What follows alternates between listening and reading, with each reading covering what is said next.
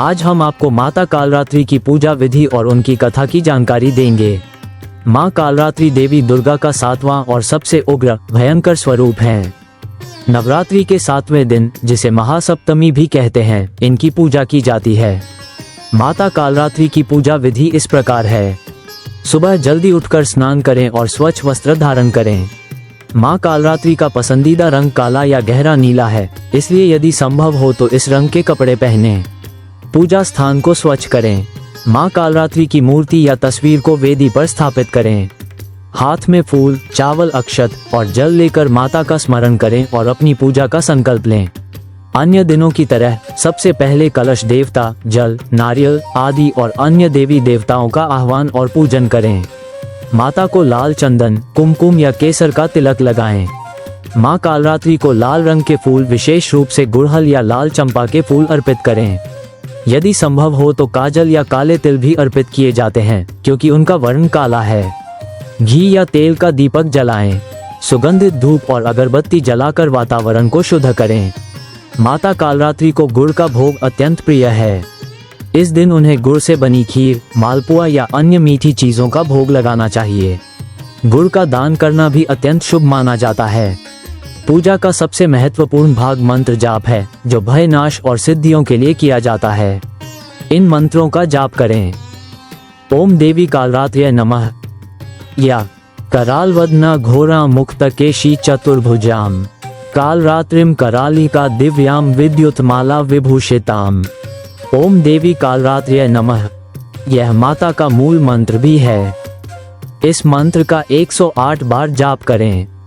माता का सर्वव्यापी मंत्र भी कर सकते हैं। या देवी सर्वभूतेषु माँ कालरात्रि रूपेण संस्थिता नमस्तस्य नमस्तस्य नमस्तस्य नमो नमः। अंत में माता कालरात्रि की आरती करें और अपनी गलतियों के लिए क्षमा मांगें। पूजा के बाद प्रसाद परिवार के सदस्यों और अन्य लोगों में बांट दें। इस दिन दान पुण्य करने का विशेष महत्व है। खासकर गुड़ या तिल का दान करना शुभ माना जाता है। मान्यता है कि माता कालरात्रि की उपासना से भक्त सर्वथा भय मुक्त हो जाता है, उसकी सभी ग्रह बाधाएं दूर होती हैं और उसे शुभ फल की प्राप्ति होती है।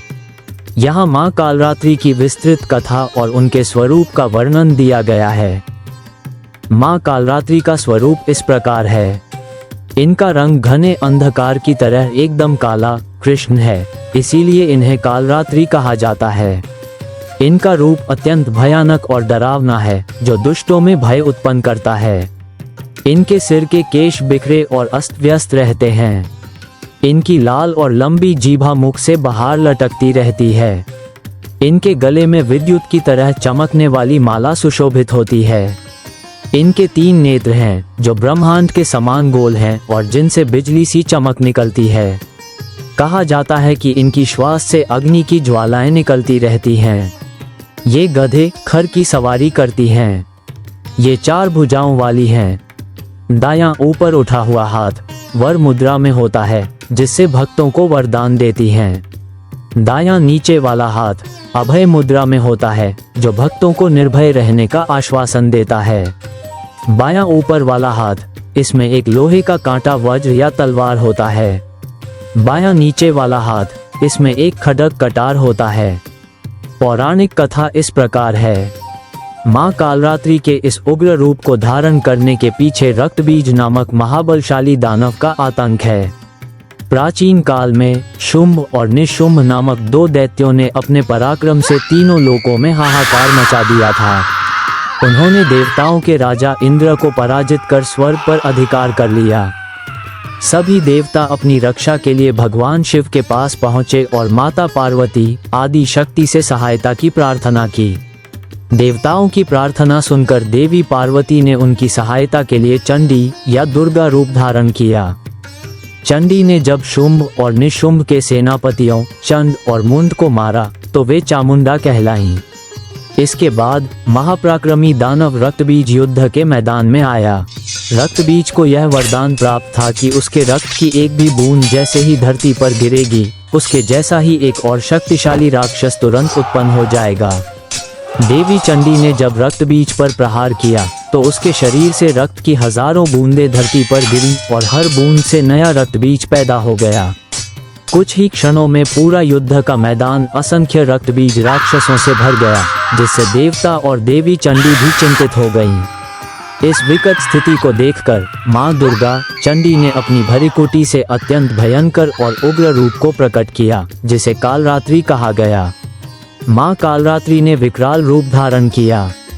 उन्होंने रक्त बीज पर प्रहार करना शुरू किया, लेकिन इस बार उन्होंने तलवार चलाने के बाद उसके शरीर से निकलने वाले रक्त की हर बूंद को धरती पर गिरने से पहले ही अपनी विशाल जिह्वा से पी लिया। उन्होंने एक एक करके सभी रक्त बीजों का रक्त पिया और अंत में रक्त बीज के शरीर को भी नष्ट कर दिया। इस प्रकार मां कालरात्रि ने रक्त बीज का वध करके देवताओं और मनुष्यों को उसके आतंक से मुक्त कराया। इसके बाद देवी चंडी ने शुंभ और निशुंभ का भी वध कर दिया और स्वर्ग में शांति स्थापित हुई। कालरात्रि का अर्थ है, काल का अर्थ है समय, मृत्यु या अंधकार, और रात्रि का अर्थ है रात। मां कालरात्रि वह शक्ति है जो काल, समय या मृत्यु का भी नाश कर देती है और अंधकार, अज्ञान को मिटाकर ज्ञान का प्रकाश लाती है। शुभंकरी का अर्थ है, अपने भयानक रूप के बावजूद मां कालरात्रि अपने भक्तों के लिए सदैव शुभ फल देने वाली होती है, इसलिए उनका एक नाम शुभंकरी भी है। उनके भक्तों को उनके उग्र रूप से डरने की आवश्यकता नहीं है, क्योंकि वे सदैव अपने भक्तों को अभयदान देती हैं। पूजा का महत्व इस प्रकार है। नवरात्रि के 7वें दिन भक्त मां कालरात्रि की पूजा करके अपने सभी भय, अंधकार, अज्ञान, भूत प्रेत और नकारात्मक ऊर्जा से मुक्ति पाते हैं। यह माना जाता है कि इनकी पूजा करने से जीवन में आने वाली हर बाधा दूर होती है और व्यक्ति निडर बनता है। अंत में माता कालरात्रि की आरती करें और अपनी गलतियों के लिए क्षमा मांगें। ओम देवी कालरात्र्यै नमः।